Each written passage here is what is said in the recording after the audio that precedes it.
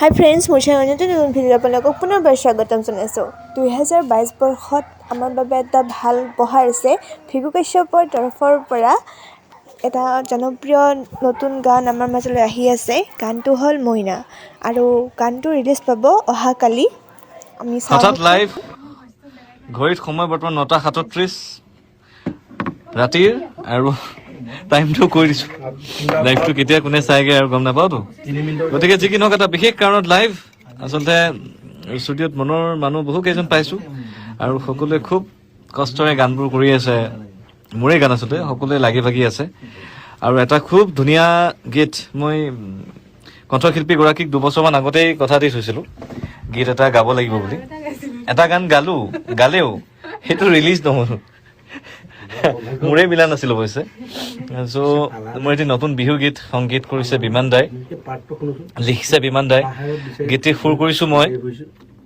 যিখিনি main part, বাকী অকণমান পিছৰ ফালে আছে সংগৃহীত। সেইখিনি পুৰণা বিহু আমি আকৌ আপোনালোকে শুনিবলৈ পাব বেলেগ এটাৰ ওপৰত। আৰু গীতটি কোনে গাইছে চাওক আপোনালোকে। মই আপোনালোকক কেমেৰাটো বেক কৰি দিছোঁ। গৈ দিছে কেমেৰা মোৰ এইটো। নমস্কাৰ, মোৰ নাম পাপৰি গগৈ। জানে পাপৰিক চবেই জানে। পাপৰি কেনেকুৱা লাগিছে গানটো গাই? বিৰাট ভাল লাগিছে।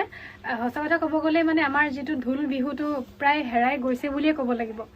তাৰ পিছত তুমি মানে যিটো আকৌ পুনৰ ধৰিছা অসমৰ ৰাইজে বিচাৰি থাকে ঢোল বিহু শুনিবৰ কাৰণে। আৰু মই নিজেও মানে লাকি বুলি ভাবিছোঁ ঢোল বিহু এটা মই যে গাবলৈ পাইছোঁ। খুব ভাল লাগিছে। মোৰ সম্পূৰ্ণ বিশ্বাস অসমবাসী ৰাইজে পুৰা ভাল পাব। বঢ়িয়া, থেংক ইউ। এয়া আমাৰ মৰমৰ দুটা কথা কৈ দিওঁ। তোমাক ক'বলৈ চাইছোঁ, তাতকৈ আগত অভিযোগ এটা আছে, সেইটো খণ্ডন কৰিলোঁ। অসমত সাধাৰণতে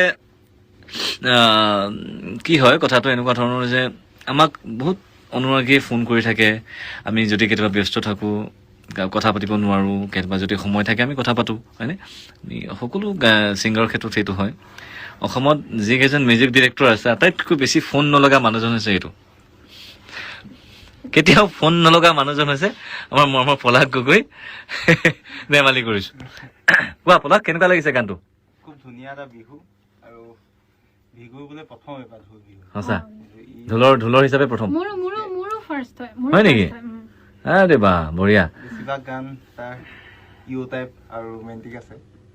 এইবাৰ ঢোলত ভাল লাগিছেতো? তোমাৰ ভাল লগাটো ডাঙৰ কথা। ধুনীয়া কম্পজিশ্যন কৰিছে। একদম মানে পুৰণা জানমণি অঞ্জনাৰ নিচিনা এটা ফিল এটা, যোনটো আমাৰ ব্লাডত আছে বুলি ক'ব লাগিব আমি। সেই তেতিয়া থেংক ইউ।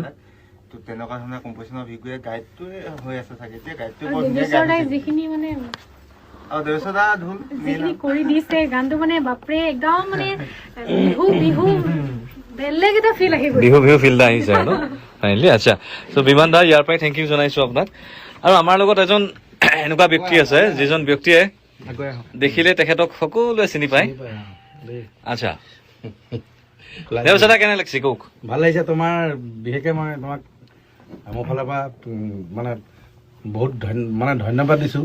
কাৰণ কেলৈ তুমি প্ৰথম ঢোলৰ বিহু কৰিছা আৰু খুব ধুনীয়া বিহু হৈছে। হয়, সঁচাকৈ ভাল হৈছে। ভাল লাগিছে ন? আৰু অসমবাসী ৰাইজে ভাল পাব।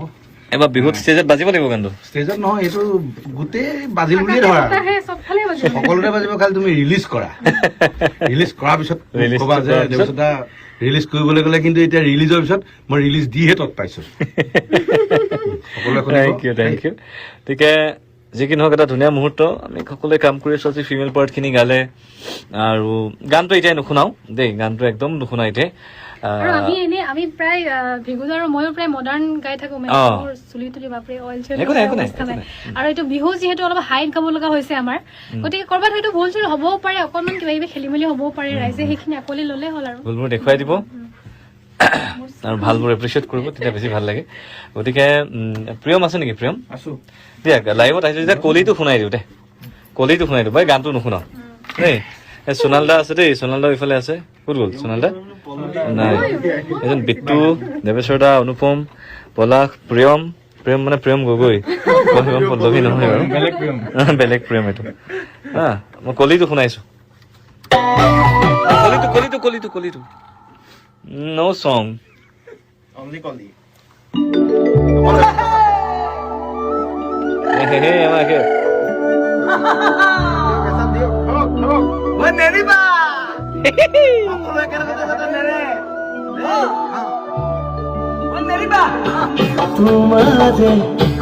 তোমারে